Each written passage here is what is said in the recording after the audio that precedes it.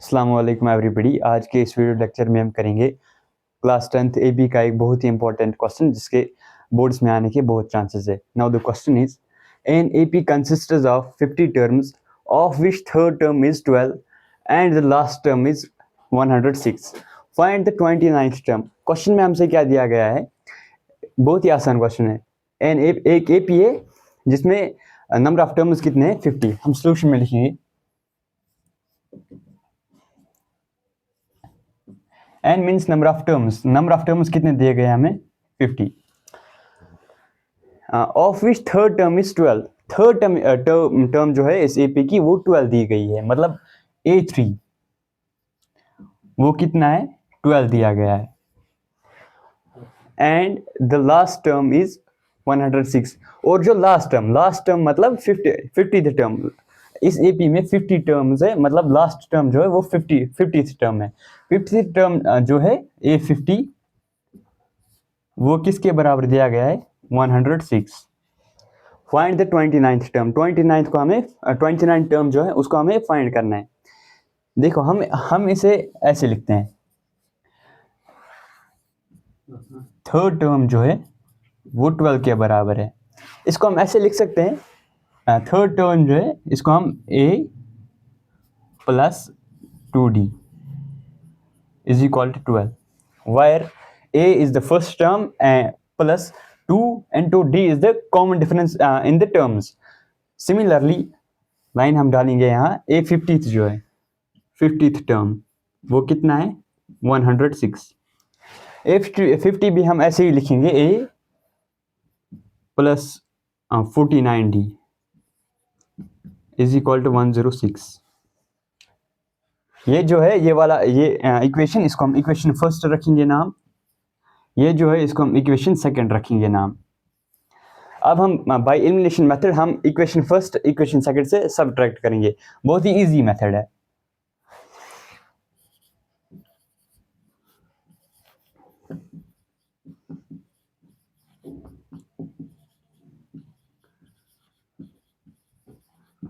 By elimination method, subtract equation first from equation second.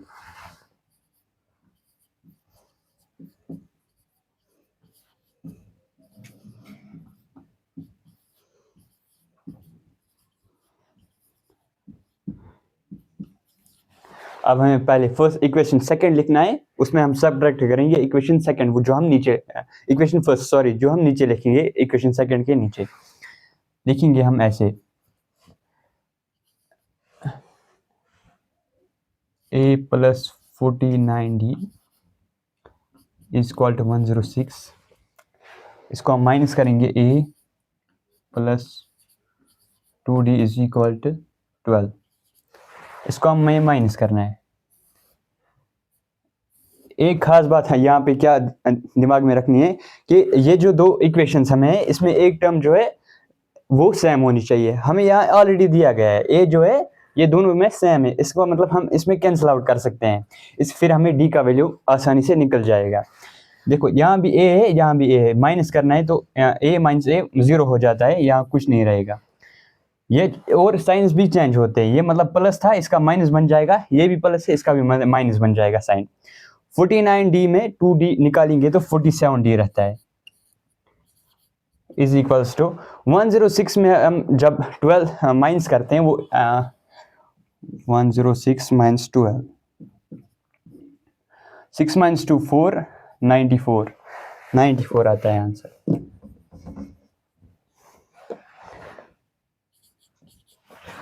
अब हम यहाँ D का वैल्यू आसानी से निकाल सकते हैं। D हम ऐसे ही रखेंगे 94, ये 47 इंटू में था, इज इक्वल के इस साइड ले जाएंगे तो डिवाइड में हो जाएगा, डिवाइड बाय 47। इसका वैल्यू हमें निकल जाएगा यहाँ 2। अब हम यहाँ से एक लाइन ड्रॉ करेंगे। ये जो एक D का वैल्यू हमें 2 निकलता है, हम इसे इक्वेशन फर्स्ट में पुट करते हैं, वहाँ हमें A का वैल्यू पता चल जाएगा। Put D equals to 2 in equation first। Equation first हमें क्या बोलता है A plus 2D is equal to 12। A plus 2D is equal to 12, A का वैल्यू हमें नहीं पता है ना, तो ऐसे ही नीचे लिखेंगे हम, ए ऐसे ही है प्लस एज इट इज ही लिखा हमने 2, डी के बदले हमें अभी वैल्यू निकाला है वो हम यहाँ पुट करेंगे 2 is equals to 12, A plus 2 into 2 होता है 4 is equal to 12 as it is, A ये प्लस 4 यहाँ पे प्लस में था, इज इक्वल टू उस साइड ले जाएंगे हम, वो माइनस हो जाएगा, इज इक्वल टू 12 प्लस 4 उस साइड माइनस 4 हो जाएगा। ए का वैल्यू हमें क्या निकलता है 12 माइनस 4 वो होता है 8। अब हमें क्या निकला, डी का वैल्यू हमें पता चल गया, ए का वैल्यू पता चल गया। अब यहाँ से एक लाइन और ड्रा करेंगे।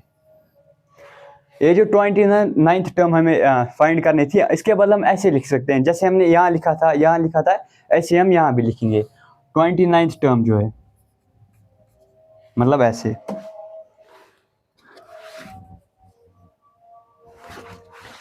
ए 29th जो है 29th टर्म, वो हम ऐसे लिखेंगे ना, वो कितना है वो हमें नहीं पता है, वो हम ऐसे लिखेंगे